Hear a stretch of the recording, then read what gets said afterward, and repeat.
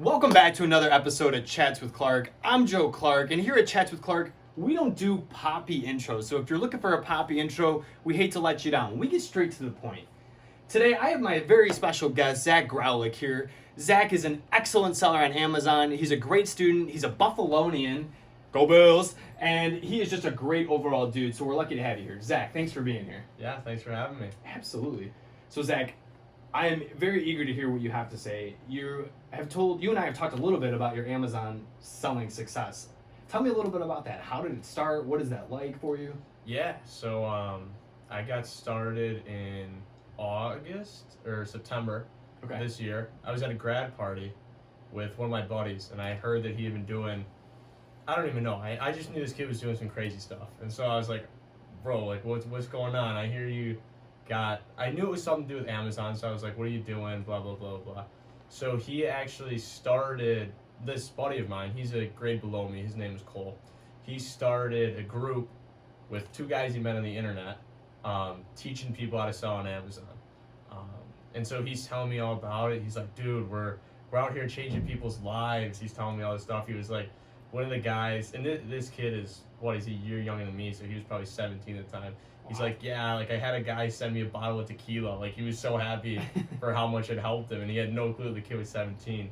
But anyways, he was just saying to people like, we got all these people doing these crazy numbers on Amazon, being all successful and whatnot. And he's like, yeah, I can let you into the group if you want. So I was like, shoot, yeah. I mean, obviously, I got to take advantage of that opportunity.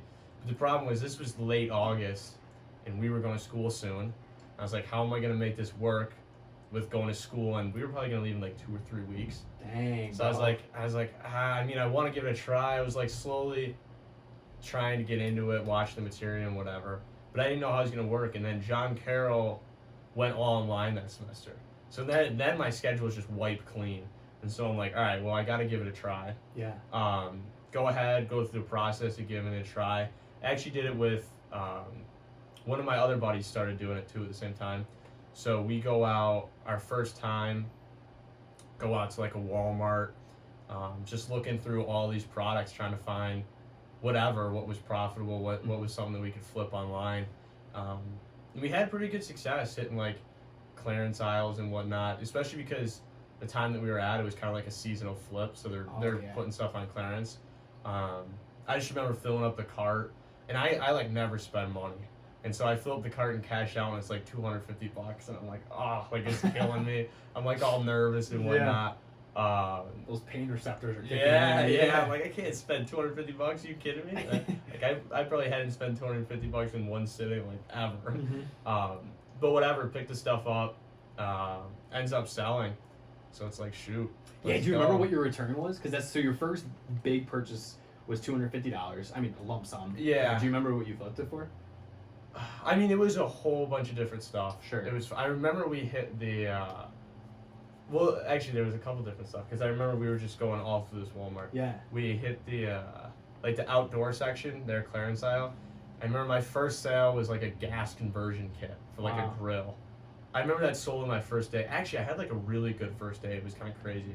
Like I remember there's like shows like bar charts for your Amazon sales. I remember my first day it was like way up there, and then it took me like weeks to catch up to it. And so the first day I was just hyped because I think I did like $100 in sales my first day, which what a rush. Which isn't great, but like, oh my god. So it was a gas conversion kit. There was like some ant traps. And then I remember this was funny because there were these paints that we found, these little paints, and they were like 50 cents selling for $8 on Amazon. But like after the fees and the shipping or whatever, we'd make like $1.50. Mm-hmm. So our return on our investment was like a crazy high percentage. But for all the work, we were making like $1. Like in hindsight, it wasn't even worth it. But we were so excited. We were like, oh my god! Like we just found the jackpot, loading up on those. And so that's how it started. But then eventually, it just picked up. Figured out the process more. Got in more involved. And then I started right before Q4. And Q4 is just crazy with Christmas and whatnot. Okay. All the products. And so it's really just been evolving and but it's been cool.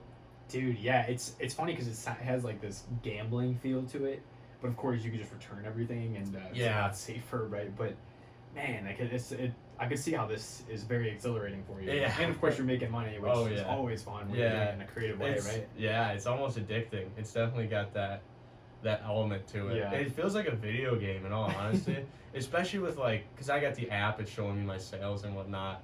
I don't know, it just, like, it almost reminds me of like a Pokemon Go type thing. Like, you go and like, maybe it'll be there or whatever. Right. And especially with everything being all online, like, I'm not touching the money that I'm earning, it's just this number on a screen. Mm-hmm. So it feels like a video game, but it's fun.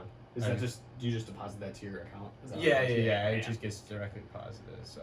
Dude, you mentioned that $100, you're like, that's not that much, right? But I mean, you make $100 a day, you're making $36,000 a year. That's not too bad. Yeah. That was a sales number. That was just sales, not profit. Okay, gotcha. Yeah, what do you have goals for it, or how do you dictate what you want to do with your searches and what you want to sell? Like, how does all that go for you? I mean, I'll probably say this a lot to the podcast, but it's a very like up and down game. Yeah. And so, when you're down, and what I mean by that is like sometimes there'll be hot products, and it's just the easiest money you'll ever make, and you're on top of the world. You're like, I don't need to plan for the future, whatever. I can just go to Walmart and make $250 in a trip. Like, what else? Why should I do anything else? Yeah. And then when you're down, you're like, all right, I got this goal, this goal, this goal. I'm gonna expand this way, this way, this way. So I've definitely had goals. I think my main goal, which I'm actually like basically there, was to be a 6-figure seller. Okay. And that was definitely the main goal, just hitting that next threshold. I mean, it really just goes by in terms of like thousands, I guess. Like, you want to be $1,000 seller, then a 10,000, then a 100,000. So I'm like basically there. So that's exciting. Congratulations, bro. Yeah, thanks, man. That's amazing. So you're basically there. Do you think you'll get there by the end of the year, or the halfway mark? Yeah. So basically, where I am is Amazon. Like, they have their app, and you have the home screen, and when you go on the home screen, it shows you like a sales number. But that sales number, like, so I charge shipping for some of my products, and so that sales number doesn't show what I like made through shipping. So like, if I charge $100 plus $50 shipping, when I go into Amazon, it just and I sell something, it just shows $100. It doesn't show that $50 shipping. So, like, not including my shipping, I'm like $400 off from 100,000. But if you include my shipping, like, I'm above that. Yeah. Wow. So yeah, I guess I'm boasting there, but no, dude. I mean, it's all real. You're not boasting at all. You grinded for it. I know you're always working on it. So. Yeah. The amount of times where it's freezing and snowing here, and you're like, yeah, I gotta go ship out some sleds. At that time, dude. Sleds. Oh my god, that's so funny. Yeah, it was brutal at the start, and I've definitely learned more. A lot. There's a lot of different aspects to it, but especially the group that I've been in helps me to focus on like time management and just being efficient with your time. And so like at the start, like when you were seeing me sprint up and down the halls, like hauling these sleds, like you couldn't have got much more efficient. Like it was brutal. Like, so now I got my friend Dan, whose house that I'm shipping from. We'll talk more about him later, I'm assuming. I now schedule like FedEx to come and pick up all my products there. Sick. So like I was doing like 2, 3, like there was for a week I probably went to FedEx like 10 times when I was selling those sleds at the start of the year. Like now I'm like, I never want to go to FedEx again, because why bother? Because they'll come and pick up my stuff for free. Yeah. So it's like it is just stuff like that where it's like I gotta maximize my time. Right. With it. Yeah, like two things with that. So, do you think just your exposure has helped you? And then also you talk about that relationship you had with Dan, and Dan was, I think, a year below me, right? Yes. Yeah. And he dropped out and is fully selling on Amazon, so he's killing it. He's that guy, right? He is he's that guy. Too. Yeah. Yeah. And how'd you meet him? And give us a rundown on Dan. Yeah. So I'll go there first. So, yeah, I'm in the Social Innovation Fellowship. It's a scholarship program at John Carroll / like, I don't know, just program where we do stuff through. So I take classes through that and whatnot. And at the start of the year, I was talking to one of my teachers, and I'm like, yeah, like I'm starting to sell on Amazon. This is what I'm doing, blah, blah, blah, blah, blah. And he was like, well, you got to meet this guy, Dan. And so I was like, all right. give him a phone call, and I was just like blown away. Oh my so God. we talked for a while. I would always just give him phone calls just to talk, fill me in on what he's doing, ask these questions. And so that's really how it started. And then I got to campus because he lives off campus. Mm-hmm. And I was like, hey, because actually the first thing I got shipped to his house was these huge boxes, and they needed to come on a pallet. So he was like, dude, just get him shipped to my house. Like, I don't care. So I shipped him to his house because I couldn't get him shipped to school. Like, Sure. Couldn't just show up with a pallet in the mailroom. So I got him shipped to his house. I actually remember I was somewhere on campus, and I get this call from like a freight driver. He's got like a semi truck like in the neighborhood, and he's like, yeah, we're here for your like delivery. Like, we got the pallet here now. I'm like, shoot. Like, I had never even met Dan, don't know his roommate, so I just sprint over to the house, and they like are dropping it off in the driveway, like this huge pallet.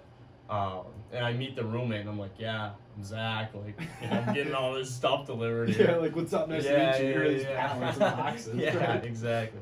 So that's kind of how it started, and then he let me use his garage for basically storing stuff and shipping stuff.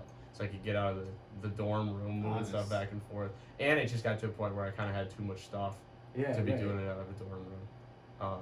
Dude, how did he get to be so successful with it? Yeah, I mean, he does all different stuff. He's not just Amazon, but okay. Yeah, I mean, I don't know.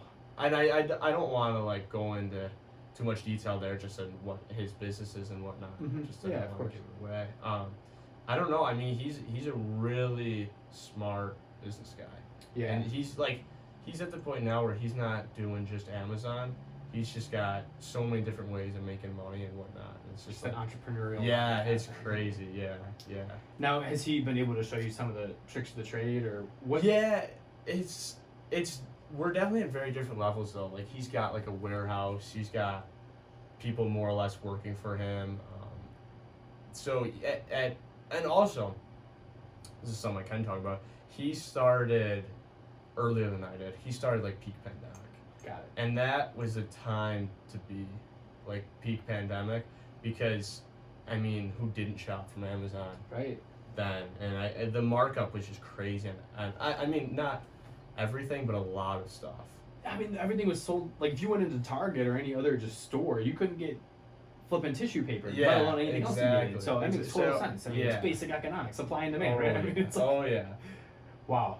Dude, would you ever drop out? Like, do you ever see that for yourself? Like, do you ever want to get to that Dan point, that pinnacle? We're definitely different people. Okay. I don't know if I would drop out. I don't know. It's a very interesting question. Like, even, and I'm not saying I'm in the position to do so, but just being in the position to do so, I'm definitely a little far off. But like, in that point where like you've won the game, like money isn't that much of a problem for you anymore. Like, you've won. You know what I mean? Like, it's just an interesting position, because then that question of like, what would you do with your life if money wasn't a thing? Like, that's like the real question, because like a lot of us can like dream about that question and like think about it, but you're like faced with that question, right? And so it just becomes a very interesting question, like, what would you do? I don't know. And so for me, I still see myself going down like a semi-normal path. I'll always, like, I don't know, I think I'll always just be very entrepreneurial and be like floating around, kind of, because I like that feeling of like, if school didn't work out and like I got kicked out, I'd be like, I can handle myself. And I think I'll always want to have that feeling of like being in a job, and like if this job doesn't work out, like I can handle myself. Like, fire me today, I can handle myself. But I definitely won't drop out. I would be surprised if I did. Yeah, that's admirable. You know, it's really great to hear your independence, and of course I know just from having conversations with you that you do have that like that business oriented mind, and that unique way of looking at the world, where you know that you as yourself offers enough to be entrepreneurial, to be productive, and to find a way to hustle and make that money. And you know, that hustle mentality that's, of course, it's so popular. You go on TikTok and everyone's talking about Oh, it kills me. Cliche ways to make money. No, I always wonder from a person like you who's doing it what that perspective is. Yeah, that's actually something I like. That stuff's brutal. Like, I don't know. I don't use Instagram much. Okay. Really try to limit my social media usage. I'm very like in tune with my habits. Probably a little, sometimes too much. But I'm like social media. Like I just don't like it. So I don't go on Instagram much at all. But definitely used to, and was definitely like you just see it so often, like all this hustle stuff and whatever, and I hate it. What do you hate about it? What grinds your gears about it? Yeah, well, there's just so much. But like, so when I was in quarantine because I had COVID a couple weeks ago, I re-downloaded Instagram because I'm bored out of my mind. So I'm just like going through explore pages and whatnot, and it's like, I don't know. It's just such a like, it's trying to be positive, but it's just gonna have such a negative effect on you. Like this idea that you have to hustle 100% of the time. Like, if you're in your 20s, what are you doing not making money and building a future for yourself and all this? It's like, yeah, but at some point you gotta like enjoy life and whatnot. Like it's just it creates such this pressure to like constantly be doing something, and this productivity grind that's just like crazy. So I that really bothers me because it's just unhealthy. Like you see people get a little involved with it. And that's where I sometimes go back and forth with myself, just like, because you want to keep it healthy. You want to like, I don't know, even if you're the richest man in the world, if you're not enjoying it, like, there's no point in it. So I feel like that's what a lot of that leads to, is just this unhappiness feeling like, I gotta grind, like I gotta build a business, blah blah blah blah. I gotta invest, I gotta become the richest person possible. And it's just like, that bothers me. And then so that's more Instagram and TikTok. Then you go over to YouTube, and there's that whole like drop shipping, make money easy. Like those ads are just brutal. And passive income, that's another big one. And I can tell, I can buzzword. I can tell right away, like just in talking to people. Because like a lot of my friends, they know that I do Amazon, whatever. Yeah. So I've received so many texts like, hey, I think I'm gonna get into drop shipping. Like, what do you think? And I'm just like, I don't like it. Like, you just watch. And I hate to like throw them under the bus, but it's like you just saw some YouTube videos and you're like, let's do it. Which I mean, like, is fine. Like, that's a good way to start. But it's like, it's just all this like, I don't know, like buzzwordy like it is stuff. It's just clout for the person putting it out there. Yeah. Yeah, and the 500,000 people that like the video that go and over to whatever this website is and start making money. Like, the field's saturated. Yeah. Like, you already blew it. Yeah. No, it's just like, I don't know, and it's so cliche. And you can kind of just see them like falling into that, like, I gotta hustle. Yeah. Passive income is another brutal one too, because like if someone mentions like, oh, that's really good passive income to me, like I know they just snagged that buzzword from like an online thing, because I don't know, like the need, or that'll be another thing. They're like, I want to start drop shipping and it'll be good passive income for me, but it's like, you gotta work for the income. Like I mean, my Amazon stuff can sometimes be like pretty close to passive. Like sometimes I barely touch a product, but like I'm still I'm still putting in the time. Like there's nothing where you just kind of like sit back and watch the money come in. No. I mean, and Amazon, I got to admit, is pretty close to it, but like you're still hustling. Dude, I'll never forget one of the first times that I met you. I don't know if you remember this. Yeah. I came in and you were having an issue with the Wi-Fi of some sort. Yeah. But bro, the spreadsheet that you had on your monitor. Yeah. I mean, that thing looked like a Christmas tree. There were so many different colors. It was like green and red, and I'm like, what is happening? I remember asking you about it, and that's when you told me. Like, I was looking at the charts for products. Yeah. I mean, just like that's a hustle, bro. You're organized and you're on it. Oh yeah, it is. It definitely is. It didn't look passive. Let's put it that way. Yeah. I don't know too many people that just stare at spreadsheets for leisure. There's definitely a grind to it. I mean, I know. Actually, one of the guys who started the group that I'm in with one of my buddies. Well, he started with Cole, the kid I was talking about earlier. Yeah. These guys, like, they're just phenomenal business people. And the guy, actually, like, his business, he's got it fully automated out. Like, his is genuinely, like, passive income. But he's got, like, 5 employees. Like, this man, like, worked his ass off for, like, a year and a half, 2 years. Wow. But now he's got it fully built out. Like, he said he just took, like, a 3-month break. or maybe 3 weeks. I think it was like 3 weeks break. Yeah, like didn't awesome. work, and like his business like didn't drop at all. Like he was still reeling in crazy numbers. But that's like, I don't know.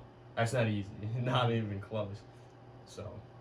It does. It takes effort, dude. You had mentioned like this this dynamic where you don't want to get lost in it too much, or like that you still have to manage your time and that. How do you manage going to school full time? Yeah. And becoming the 6-figure seller on Amazon? I mean, I don't know. It's this year. This year is I can't speak on it too much because this wasn't a normal year at all. Like first semester was a joke. Like it just put frankly, I mean, all online classes. So a lot of times, I remember like driving in a U-Haul with like the trunk just filled with products, and I got like a teacher talking through Zoom and like the front like on my phone. So it's like I wasn't paying attention. It was a lot of that where it's just like, and I'm lucky, like very lucky, that like school just kind of like clicks for me. Okay. Like tests just come naturally. Like I don't have to study much. Like I can grasp concepts pretty quick. So I'm really lucky in that case where it kind of gave me the freedom to do so. Absolutely. Yeah, I mean, it's definitely a balance. But that's what's cool about Amazon, or at least the position that I'm in right now. Because I mean, like if you got higher up, you couldn't do this. But like I can make the to-do list 100 things or 2 things or 0 things, like tomorrow. You know what I mean? And so it's like I can ramp it up or ramp it down as much as I want, which is perfect. Because then like, I mean, there's some days where like you can't. Like if I have to ship out products tomorrow, I gotta ship out products tomorrow. But in terms of like going out and getting products and whatnot, like I can control that. And so I really like that, especially I kind of slowed down, and like up until, I mean, really like April, like the start of the semester was slow for me, just because there wasn't much going on like at all. I don't know. School-wise? Yeah, school-wise, but just in general, like it was a weird transition in that we kind of just got thrown in a room, nothing was going on, like all our classes were online, like we barely left. So I just had a ton of free time up until like this April, like starting this April, actually when I got out of quarantine, so that was kind of late April, but like life felt like genuinely normal. And so that was a little bit of a switch, because before that, like, and especially first semester, like all I thought about was Amazon. Like, because there was just nothing going on. Like, like if I didn't have that, I don't even know what I would have done. I would have just been bored out of my mind. So it was like Amazon in the mind when I wake up, when I go to bed. Like, but it helped me through it because I didn't miss out on anything. Like first semester when we were all at home, like nothing was going on. No. And then so coming into like April, it was a little bit more of like, do I want to go do this? Like, because now it's like I can have fun. Like I want to have fun. You know what I mean? Okay. So it's a little bit of a balancing act more, but definitely first semester and first portion of this semester is like as much as I can do. But like I said, it's really just an up and down type of thing. Like right now it's the end of the semester, so I really don't have much going on, but I can't like go out and do Amazon because I'm going home in 3 days, so it's killing me because I'm so bored, and I'm like, maybe I could like go out and get this and just real quick move it before I leave. Like I want to go do it to fill my time. That's awesome. But yeah, it's a balance. I'm a morning person, which helps. And I can get up early for products, so sometimes I would do that. Just get up real early, go shower, and rip to Walmart or whatever. But yeah, it hasn't been too difficult. Next semester, I have no clue what's gonna happen next semester. It'll be a completely different ball game. Could you stop on a dime? Yeah. Yeah, you could just. Oh yeah. Okay, you should be done. Okay. That's what's kind of cool. It is and it isn't, but like you can really just pick it up. Or I mean, like I'll go on vacation. Going on vacation May 22nd for like a week, and I'll say I'll just stop, but I might like get a notification of products in stock and be like, yo, I'll text you, I'll give you $20, you go pick this up for me, to one of my buddies. 100%. That's what I actually did when I was on vacation earlier. I was kind of mad at myself, but I'd see a product, I was like, it's just such easy money. Yeah, like, you might as well. $50, go get it, and then it's like, well, just made money, but I'm on vacation. It was like this weird balance. But, right. Yeah. Oh. Did it ruin your vacation? No. Yeah. That's actually covered a little bit of the good time. Yeah. Okay, I have one thought that like blows my mind. Like, okay, so Amazon's $1 trillion company, right? I mean, they're ginormous. I'm willing to bet that probably just off the top of my head, 70% of the world either uses or knows about Amazon. Yeah. I mean, just generally speaking, do you see any threat to Amazon in any way working for their company? Like against Amazon themselves? Yeah, in general. Do you think there's any Achilles heel of Amazon? I'm trying to think of like what would be one. No. No. And I mean, like, I don't know. They're only gonna get stronger. Like, that's the crazy part. Because right now, like, I mean, I don't know where their business is gonna go, and it's hard to tell. But like, Sure. we're just doing, like, us as third-party sellers are just doing Amazon's work until Amazon can come kick us out of the equation. And then once they kick us out of the equation, then they control like everything. You know what I mean? Yeah. And I mean, I don't know if they're gonna kick us out of the equation because Amazon third-party sellers account for like over 50% of Amazon sales. But I mean, in theory, like I think that's kind of what they're trying to Couldn't do, agree maybe. more. So it honestly just seems like they're only gonna get stronger. They really have an excellent tactic because they pay their employees so well, and with you, you're in the perfect, like, so you obviously are in the warehouse, but we have a warehouse close to us, you know, that one, you know, just down south a little bit, and that place is ginormous. The amount of people that are employed by Amazon at a very good rate. I mean, it's like 17 or 18 an hour with north of 20 an hour, which is, I mean, that's top notch for just doing some hourly work like that. And it's a remarkable to me. I think it's an excellent business plan on their part to pay people well, who really, like, to get hired by Amazon to work in a warehouse, you don't have to have much qualifications at all. Just to lift and to be willing to work and show up on time, and that's it. Like, that's really about it. So they're just making money in so many ways. I mean, just me alone, I've made them a ton of money. Like if I go and sell whatever, a teacup for like $200 and ship it out myself, Amazon doesn't even see the teacup and probably makes like $20. It's like that's passive income for you. Like they did nothing. Yeah. So and I mean, like, there's just so much of that. Like, they're just so diverse in their income and whatnot. And then they got the products that they're selling, or I could send this into Amazon, and then Amazon would take a greater cut and then sell it themselves. So they just got ways to make money. Like they got it down. So there's a story about Jeff Bezos that first of all, he started out of his garage. And I remember Amazon when it was just the book company. Remember that, like with the Kindle days and like. I had an early Kindle. So I remember deleting their app off of my iPod Touch way back when. That's right. Yeah. I mean, like, total. No knock, but total nothingness to my life at that time. Yeah. Whereas it's hard to imagine anyone. I remember when they were like equal to eBay. Yeah. And it was like, should I order this from Amazon or eBay? Now it's like. It's so funny. Now it's like, I mean, just compare them. Like, they're so far from eBay.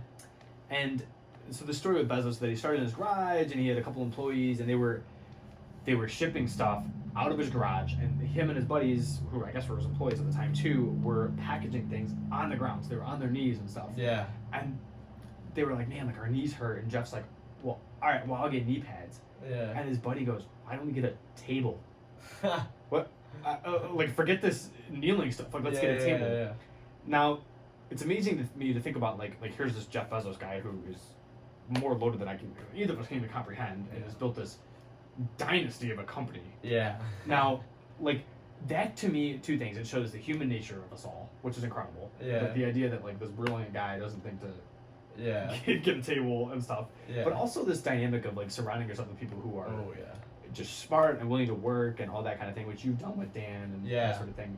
Now, that's a little bit about Jeff's background, right? But, like, what does your background say, Zach? What is your background like? Do you see anything in your background that maybe lenders towards this entrepreneurial mind, this grind in you? What's your background like? Give us a little. I mean, I've just always been like hustling. I guess if hustling's a word. Sure. Yeah.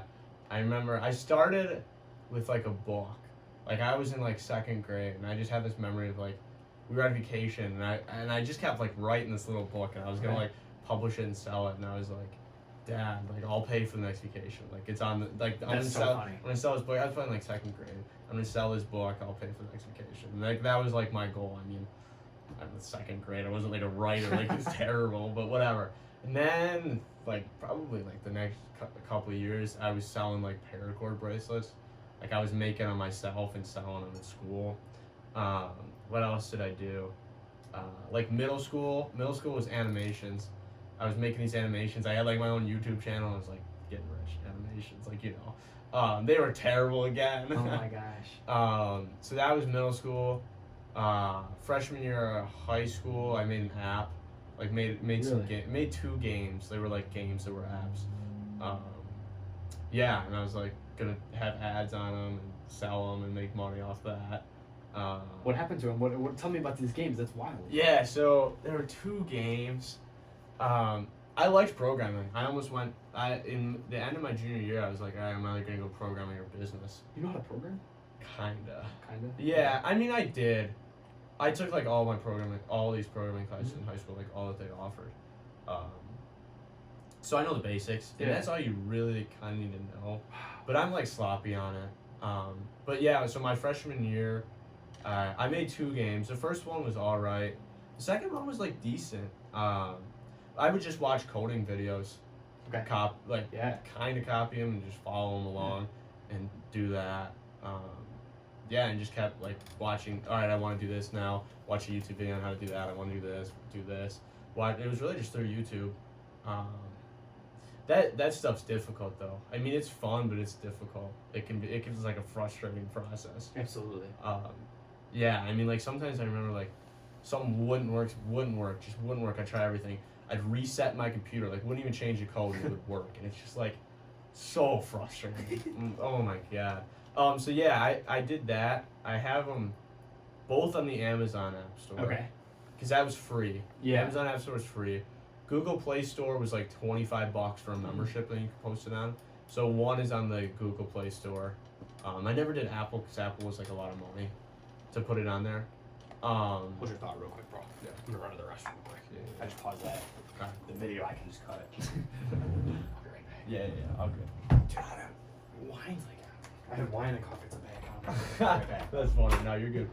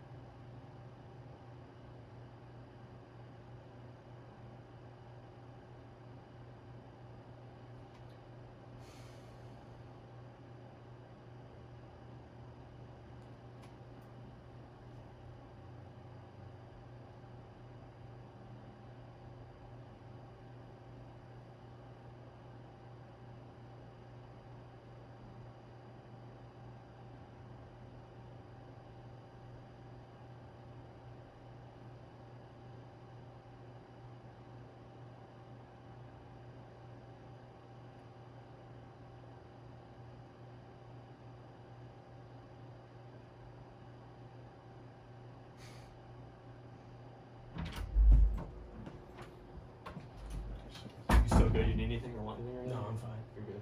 Yeah. Surviving that wine. Yep. Dude, this is fascinating. I'm loving this. There we go. Good. I'm glad. Get to tell the story. Get to brag a little bit. Yeah, how's it feel? Good? Oh yeah. Perfect. You were just talking about, to refresh you were just talking about the different vendors that you were putting on. You said Google was 25. Yeah, You said yeah. Amazon, Apple you didn't do. I'm gonna ask you what the game was. Okay. Yeah. Ready? Yeah. Dude, so what did you do in the game? Like, what was the game? Because you had 2 of them, so you had two ideas that you developed. And the one was like a basketball game. Perfect. Lit. I love it. It was basically like head soccer, but like a basketball. So like the hoop looked just like that. I mean, it's probably not on the camera, but you would just like hit it with your head and like try to get it into the hoop. Awesome. I liked that game. Like it was a cool concept. Mm-hmm. I did that in like a drag and drop programming type thing. Okay.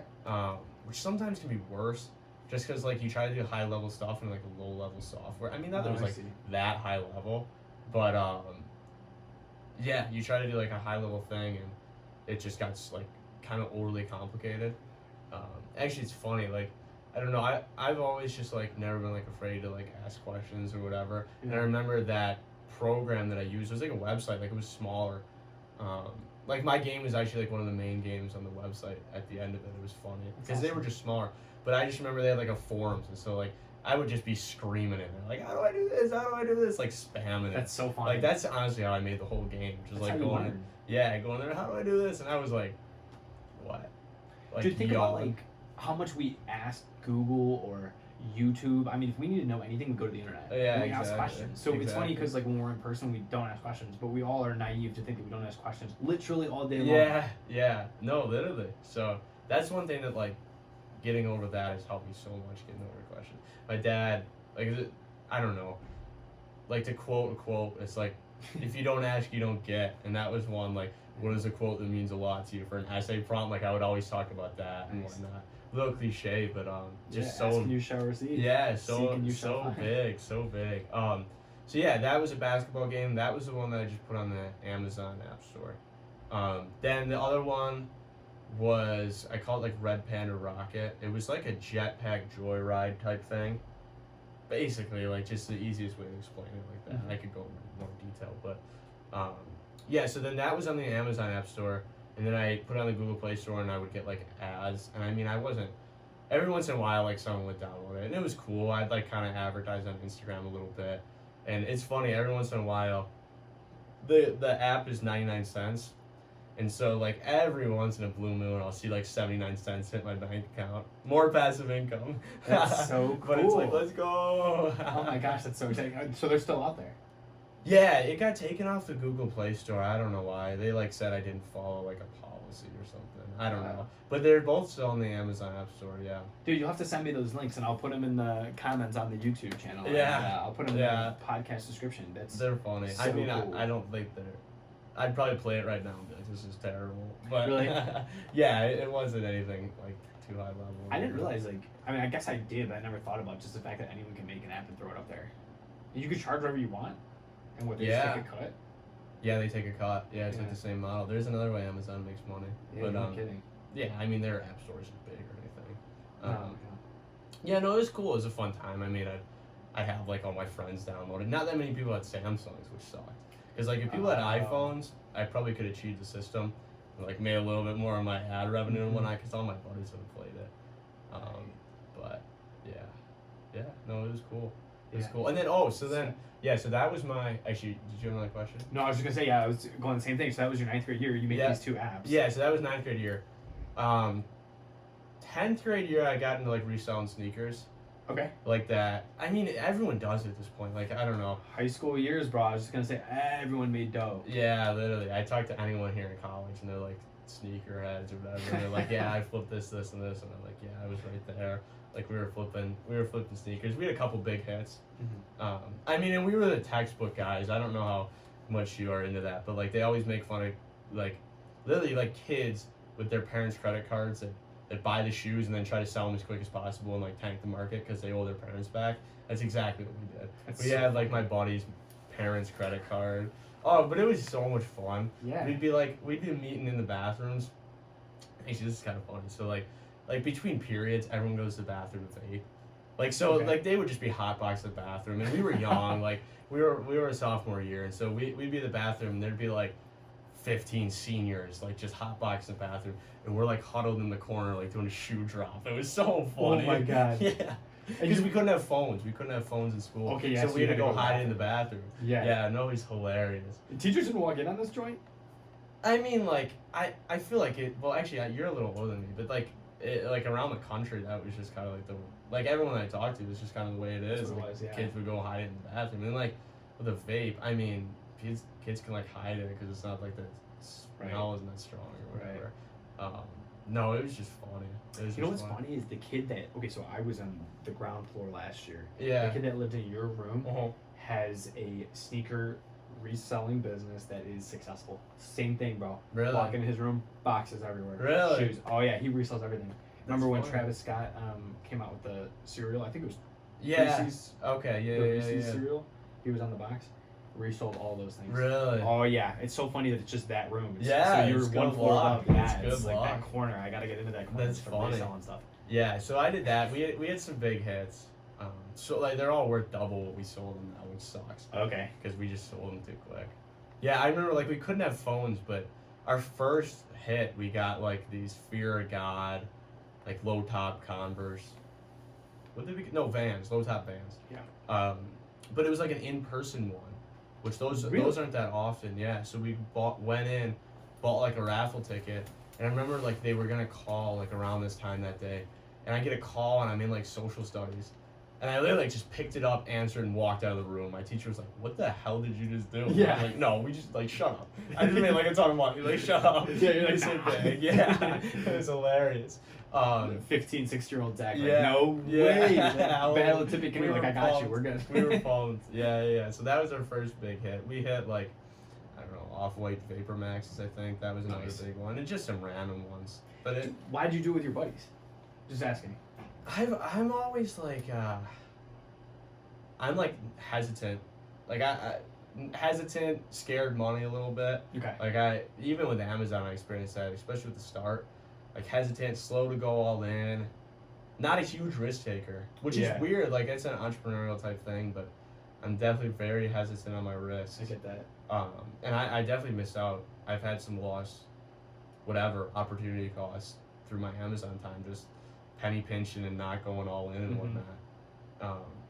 And also back then, I mean, we didn't have like, I think I worked as a just started working as a dishwasher, making like, what? The minimum wage was lower back then. It's higher in New York than it is in Ohio. Yeah. But it was like $9 an hour. So like, and I would work like 9 hours a week.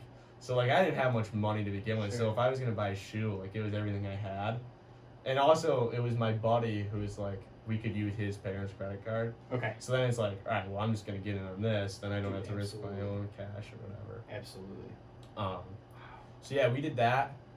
That was like 10th grade, and then my senior year, my buddy and I, different friend, we started this company called Farm to Fork Delivery Company. This was like a big undertaking for us. We were gonna try to make like an online farmers market where you would go, we would have like products from local farms up on the website. You'd go and order from us on our website, and then we'd go deliver them to you. So like sort of like an Amazon type thing, just like an online marketplace, but for like farm fresh goods, like farmers market type stuff. Literally Uber Eats. Basically. For farmers Yeah, markets. exactly. But Cool. logistically, that's just a nightmare. That is, bro, with 2 employees. Yeah.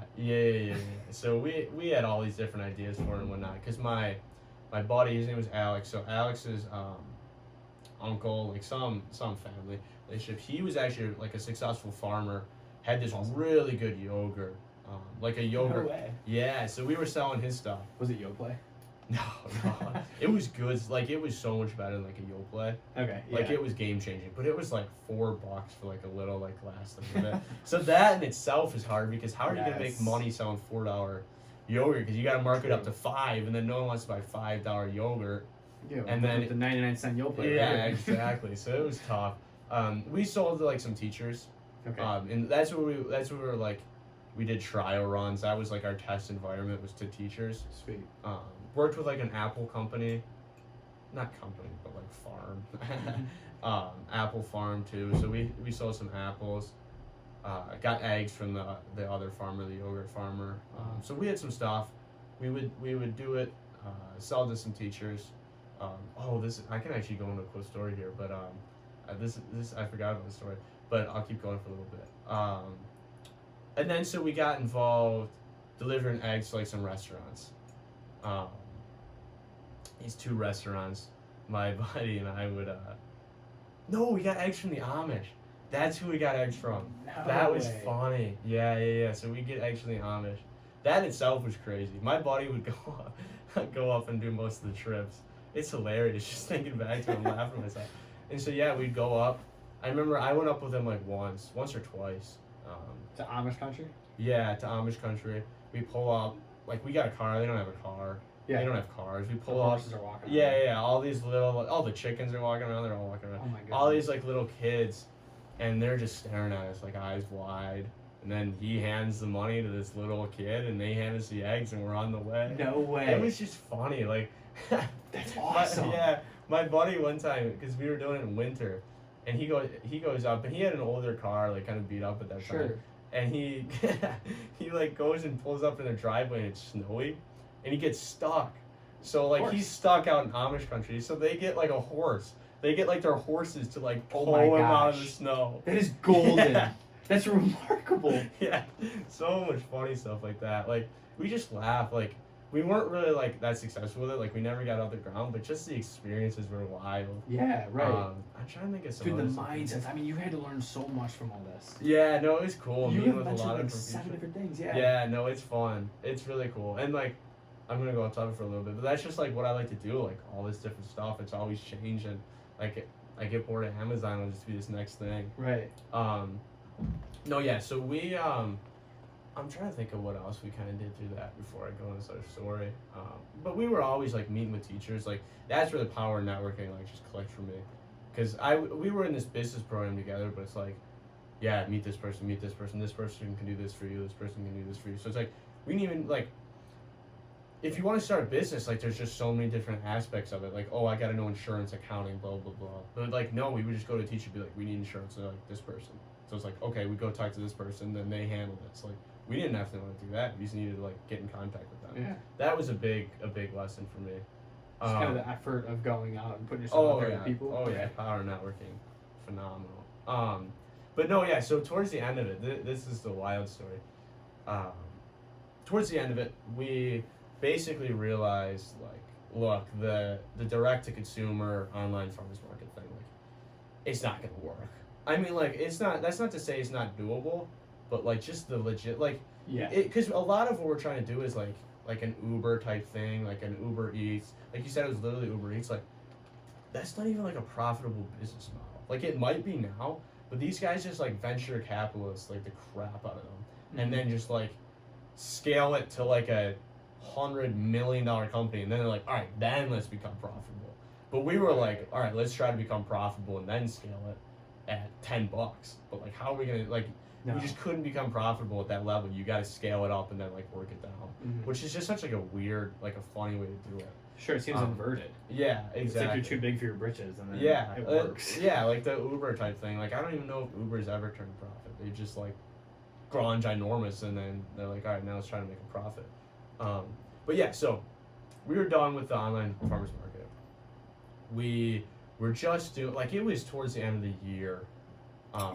My buddy was at a local community college because he's a grade above me. I should have said that. He's a grade above me. I'm a senior. Like, we were just doing the restaurant thing. We were like, let's just wind it down. Like, we'll just chill, make a little bit of here and there from selling to restaurants, and we'll whatever. Just kick it back until we go, because he was gonna go to like a not a real college, but like a big college. Yeah, like go stay at a college. Yeah, exactly. And I was gonna go off to college too, thinking I was probably gonna go here. So it's like we can't really go anywhere. So he's getting his hair cut, and he was talking to he would always talk to his barber about like Farm Fork, what we were doing, and if we had a knack, like all my college essays I wrote about it, and like. Just talking about it like so highly, like I almost felt bad doing it because I was never lying, but it was just like because we weren't really doing much, and especially at that point. But we'd always be like, oh yeah, like Farm Fork, we got this big business doing all this stuff.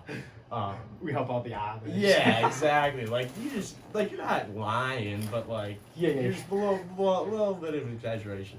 So fish story. Yeah, exactly. And so he's talking to his barber. He always had his barber was like, I don't even remember. He's like, oh. You gotta talk to this guy, like he's interested in you guys or something, like he's got a cool business idea. I don't even know how to describe it. Like I can't, this story was so wild, like I can't even really like describe it. Yeah. I can't put in like a well thought out story because my friends and I joked that my buddy and I joked that it was like a fever dream. So if we get connected with this guy, his name is Marty. He calls us up and he's like, look, like I'm starting this yogurt company. We're working with the Amish. Like it was gonna be Amish yogurt. He's like, we're gonna sell it. We're gonna like get this thing big. Like we're going. He's like, I want you two, like me and Alex, to like run the business. Like I want you guys to be the guys. And we're like, all right, What? well, we're like, first of all, you haven't even met us. We were like, does he know we're 20? Like, does he know we're like in high school right now? So we're like, what the heck? We're like laughing about it. It's hilarious. And so he's like, you're gonna, I can't even like go about it like clearly. So he's like, yeah, like come down and meet me. Like this is legit. Like we're going. It literally sounds like you're about to get catfished. Yeah, no, and we were like, is this guy real? Like, is this a Yeah. scam? What the hell? And so, I don't like it. So we go down there. So what we knew we were doing was we were meeting with the Amish. Like we didn't even really know why. Okay. We just knew we were meeting with the Amish. So we go down there. We go down to like the middle of nowhere. We meet this guy at his store. This dude has like a quilt store, like an Amish like quilt store. Okay. Like Amish goods and quilts. Like Then this guy's not Amish. he's not Amish. He just works really yeah, close to it. Okay. Yeah, and he's like, I said his name was Marty. So Marty's like, yeah, like he has like, and it was like a brand new store. Like he was just building like all this Amish, like wood stuff, like patio furniture, like all that, whatever. Mm-hmm. And then in the side he's got these quilts. And he's trying to tell us like, dude, like I'm making like these quilts are so profitable, like blah blah blah blah blah. Like he's making it seem like he's like like raking in money from this shop. Oh boy. And we like were believing him, but like we were like quilts, like, what the hell? And like no one's really here. We're like, what is going on? And we're just confused. Like we're there and we're just confused. Mm-hmm. We don't even know what this business is that he wants to start. And yeah, and like even what this guy's doing right now, and he came from like success. Apparently he's like he was telling us he's crazy successful. You always wonder about people that talk about their success. Yeah, you know what I mean? like just the whole thing. And he was like a financial analyst type of guy, but he's telling us like he's always had these different businesses, whatever, like, but he's just got too much on his plate now. He's like, yeah, like I already like he's like guy around. Yeah, he's like, I'm just trying to help you guys out, whatever. So, but he had like a crazy nice truck, so you're like, all right, like the truck's there, like there's something. So yeah, we and then we go and we're gonna go meet with the Amish, but we don't like, we're sitting there like, dude, like why are we here? Like, because we get there and he's just telling us about like his Amish business, like not the yogurt company, like his Amish like quilt business. And we're like, why are we here? Like, what's the plan? And so he's like, all right, we're gonna go meet with the Amish. Like, I'll give you a phone call. We'll talk while we drive and just explain it to us. And so like we're just weaving through the hills, and like he's like cutting in and out. We're getting low service. Like it's impossible to understand what's going on. My buddy and I are just sitting there like, what? Like what is going on? Like just tell us. But he was like a talker. Like you couldn't get the question in like what is going on, because like just talking. Like, he's just dominant in that regard. So yeah, we get to the factory, because they were building a big factory. The Amish were. Yeah. We get to the factory, still having zero clue what is going on, and he's like, all right, like in there the Amish community leaders. He's like, these guys are big shots. He's like, you guys got to act formal. He's like, you guys are representing the business, blah, blah, blah. And we're like, what business are we representing? We're like, what is going on? Yeah, like, we don't know, like, what this business is. And so, like, we go in and we're talking to, like the Amish big shots. It's hilarious. Like, in this nice new factory, whatever, getting a tour of it, like, kind of trying to grasp, like, pick up between these conversations, like, what the business actually is going to be and whatnot. But it was hilarious. And so yeah, I think we went up there maybe just once, maybe twice. I don't even remember. But like we couldn't tell. We were like, because the dude was throwing out like big money numbers too. He's like listen, you guys are gonna have to put in your hours. He's like, this is like a 40-hour a week type of thing. But like you guys are like, this business can get there. He's like, I see like significant sales numbers in the future and whatnot. Yeah. But like, what ended up happening? We just couldn't tell if he was a fraud or not, and we were like this, but there's this, but there's this, but there's this. Like it was just so confusing. So then we came back. Yeah. So then we left. I'm trying to think of like how it all went. So we left that day. He gave us all the information. He's like, all right, like I need to know if you guys are in or out. I'm trying to think if we went up there once or twice. I feel like we went up there twice. I don't remember. Like checked out the whole thing.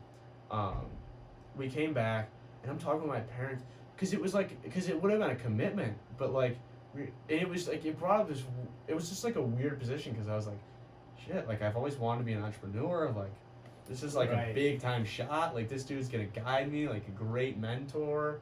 I thought, like, I don't know, like I just didn't know, you couldn't get a read on the guy, he was crazy. So then we decided we were gonna meet up at the barbershop, like the initial barbershop where it all happened. And so we bring my dad along, because I was like, look, like we need like a third party to like just try to figure this out. Right. So then we have a conversation, but there was like pluses and minuses to it, because the Amish could like crank out this yogurt for dirt cheap, because they didn't have like all the they don't have to pay for labor basically. So the yogurt would be dirt cheap, but it wasn't that good. It was like crazy sugary, but they had a product. I mean, there was definitely some potential, whatever. So we were just talking about like the business, blah blah blah blah blah. So then we came back from that meeting, and actually it was right when quarantine was starting to get bad, like COVID was starting to get bad. Mm-hmm. So basically we come back from that meeting, like we get shut down, like everything gets shut down in like a couple days. No, that would be right. I went back another day, because like the second last day I went out, like, and what I mean by go out is like out of my house, like before the lockdown, we went out and checked up the factory again and came back. Ended up making the decision that like we're not gonna do this basically, and then the country went into shambles. Like COVID happened. Should have done the yogurt. yeah. So we didn't do it, but like it was just wild. Like it made wild, no sense. We were like, why does this guy want us? Like it was just so weird. It was have you crazy. followed up on it? Like, have you looked No, into we haven't. Or anything? No, we want. Should check it out. I know. It was called like Valley View Yogurt, I think. Okay. They had like cheese too. They had a whole bunch of different stuff. I can't, like, it would shock me if they found success like mid COVID. I mean, even without COVID, it didn't seem like it was necessarily gonna like make like be that successful. But there was potential there. But yeah, I can't imagine it got anywhere just because of this like whatever COVID. But I don't know. It was wild. Mm-hmm. It was wild. It is wild, bro. Dude, so what was it like working with the Amish so much? You got a lot of experience with these Amish. Yeah, I like, in all honesty, I wasn't that close with them, because my buddy was the one who would go up and pick the eggs up on like the weekly. I didn't go down that much. I would kind of handle more the like the teachers aspect of it, but we didn't really like do it that much, like the teacher aspect. I don't know. I mean, I can't talk on it as much. My buddy could talk on it more. But like, it wasn't that different. I mean, I don't know. My friend was the one who really handled it. But like, I know that they were like very friendly to him. Like, would have Alex like into their house, like offer him food and whatnot. So nice. Yeah, no, it was cool. Yeah, but it wasn't that different, I don't think. Mm-hmm. Dude, it's quite a background you had. You had so many entrepreneurial endeavors and just this constant work ethic that you really, radiate throughout all these stories. And thank you. So I gotta give it to you, but I have to ask you, like, when did you discover who you are? When do you think, if you could pinpoint a time period or a moment where you were like, you know what, like, I love this is who I am, I'm confident in myself. You talked about those moments where you're like, I learned to ask questions and all those moments, but when would you say you're like, yes, I am who I am? Yeah, I don't know. I don't really have like a set time. I feel like it was always just there. Yeah. Like that grind. A lot of it was money. Like, and it sounds bad, and I don't know. Like, it sounds bad to say like a lot of it was money, but like, I don't know. I just remember getting like finance books when I was little, like real little. Like the first book I ever got out of the library was like a budgeting, like money book as a kid, like for a little kid. Like I randomly had that memory the other day, and also it was cool. I walked into my dad's office the other, like whatever last year. No, not last year. Like the first semester, And there was like this poem that I'd written in like second grade. Wow. And it was like, I dream of being successful and owning my own company. So it's just like that has always kind of been there. Yeah, you knew. Yeah, you were following your rules. Zach was doing what Zach wanted to do. And I've always been like a little bit of like going on my own path type of thing. Like when I was in middle school, I don't even remember, I was probably doing the animation. I was probably doing other stuff too. And my buddy was like, I feel like you want to be like a Zuckerberg type of guy and just drop out. And I was like, yeah, like that's kind of reasonable. Like, and that was middle school. Yeah, it's pretty true. Yeah. Who are some of your influences in your life? Like, my dad's definitely a big one. My mom too, for completely different reasons. Is cool. I don't know. I mean, that's like a whole different topic. Everyone's got like how their mom and their dad have like everyone's just different people. Yeah. But like, Tim Ferriss, he's really cool. Okay. Yeah, he wrote the 4 Hour Workweek, which is an awesome book. You probably see it on like those stupid Instagram accounts we were talking about earlier.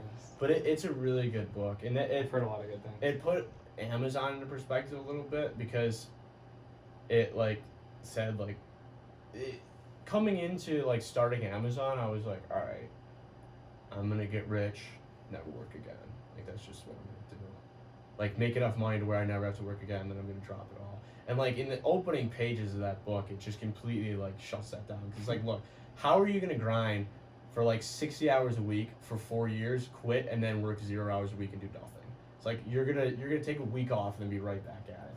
And I was like, so true. Yeah, you're right. Like so I am. True. So it talks more just about like this balance between like not just cutting your head off and running around and like I don't know, like just valuing your time basically, and like cutting down on like the stupid crap. Like it goes back to what I was saying earlier, like the doing the FedEx pickups instead of driving to FedEx. Like it's just that type of stuff. And also like I don't know, like sometimes like there's stuff that I could do that would make me money, but it's just like it's not worth my time. Like being able to say that when there was actually like money in the line has been like kind of important, I guess. So Tim Ferriss has been awesome. I listen to his podcast a lot. He's been a big one. I looked up to, I was really into Steve Jobs when I was little. Okay. Like read his books, watched the movies, whatever. He's fascinating too, bro. He is. Yeah. I don't know. And then I had a accounting teacher that I really liked. He got me into a lot of it.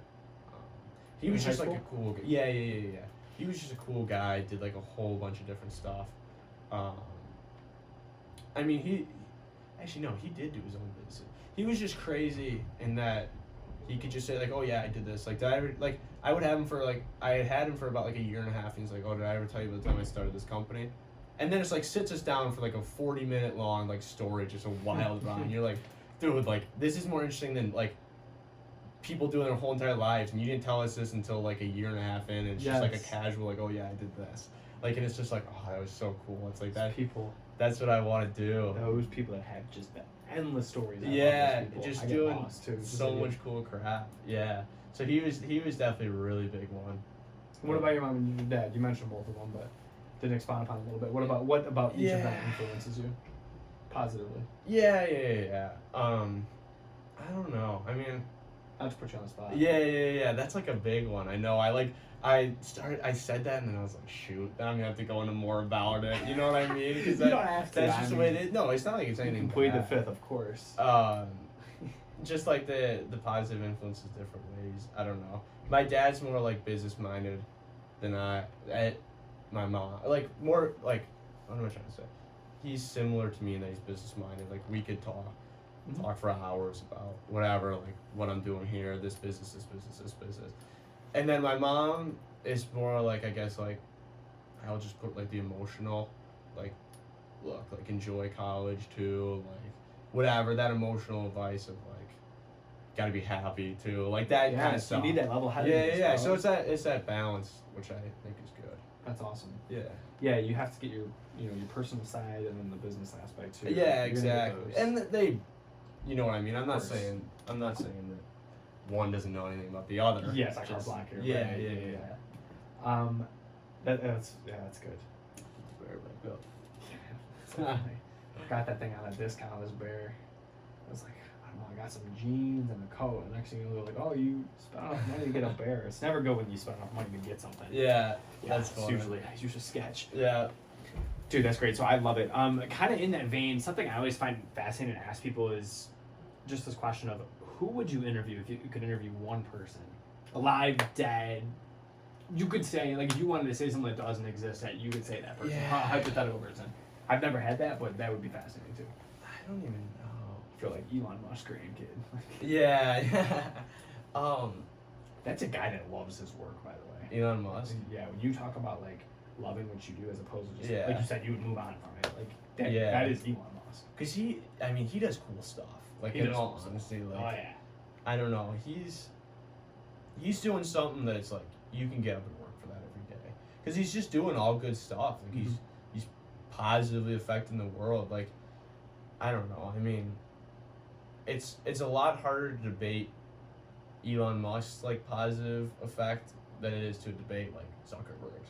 Like you could say Zuckerberg made the world worse. You know what I mean? But like, so then when you're in that part, and even like a different part, like I don't know, something where you're just grinding for money. Like it's a little bit harder to just like keep going year after year. But he's grinding and like doing good. Yeah, Musk wants to colonize Mars, and you see what he's doing with like Tesla. I mean, electric cars are like that's him. You know what I mean? Like Right. he started that, sure. like everything that he did, and it's all just positive effect. So I can see that. He's interesting. Dude. How about this one? Well, since we're talking about him, not to interrupt you, I'll give you a second to think about your Okay. too. So both Bezos and Musk use this. Have you heard of this? This blocking time management. It's No. they break down their entire day into 5-minute segments. Wow. That's 12 an hour. Yeah. 12 5-minute segments an hour. You break it down, and he knows what he's doing each of those 5-minute segments. Both of them do that.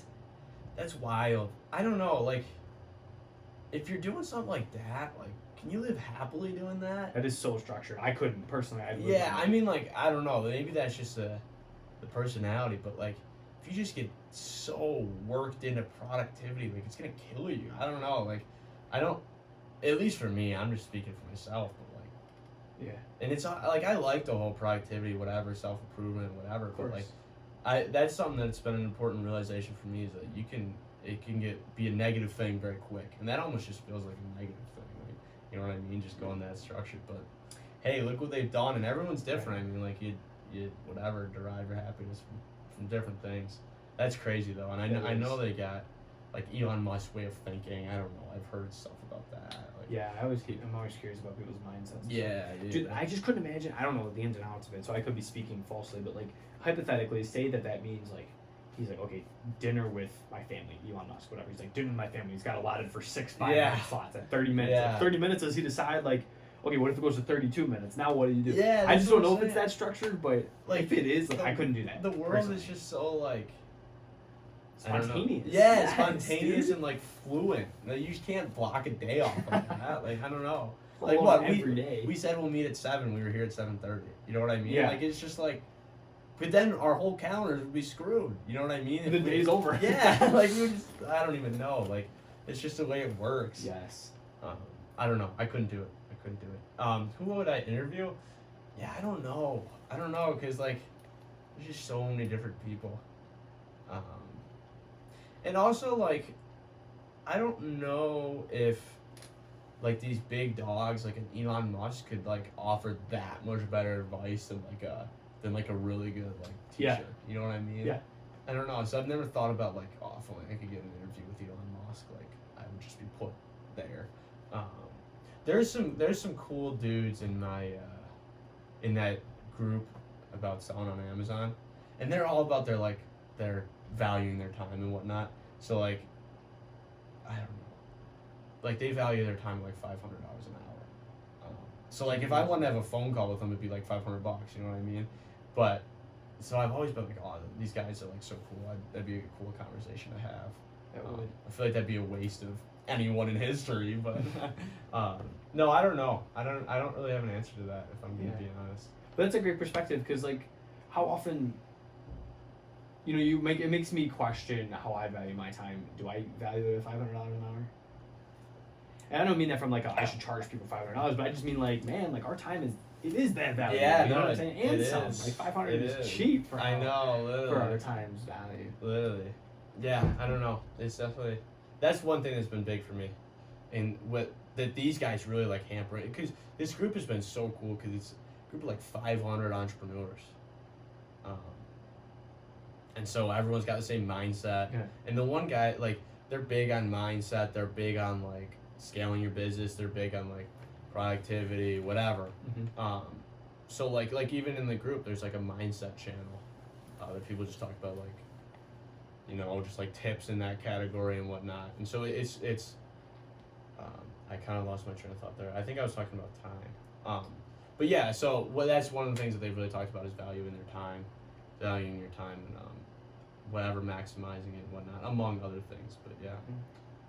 In relation to time, it makes me think too. Like, do you have any regrets, Zach? What would be your biggest regret in your life so far? We're so young, but what would be your biggest regret? I don't know. I wouldn't say I've had one. And if not, then what would be your biggest piece of advice that you'd give to someone? Either to your former self or to someone that's listening to this right now. Broadly speaking, what is your advice to someone? I don't even know, because advice is such a tough thing, especially with like such a broad category. Sure. Like, I don't know. Because you've given a good amount of it throughout this podcast. Yeah, because you could go advice, like school advice. You could go, like, there's just so many different categories. It's tough. Power and networking has been so big for me. Like, that's just it. I mean, like, right there. Like, my relationship with Dan, like, it's just been so valuable for me. Like, immediately, like, in all honesty, like, if I continue to do this relationship, or this Amazon thing, like, throughout my 4 years, John Carroll connecting me to Dan will be paid for, wait, how do I describe this? The value of my, like, relationship with Dan will probably pay for, like, my time with John Carroll. Right. Like, just because of, like, the value of that. If I continue to do it for 4 years, but even so, like, so he does so much volume that he gets, like, crazy cheap shipping rates. So he, like, every time I ship something out, he buys me the shipping and gets me, like, half off. Wow. So, like, just alone, like, that's been a crazy amount of money saved. And it's been cool in that, like, I've helped him out, he's helped me out, and he, as, like, a seller, was, like, 4 times, like, just so much bigger than I was.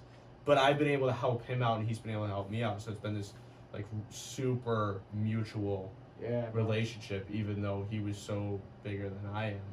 Yeah.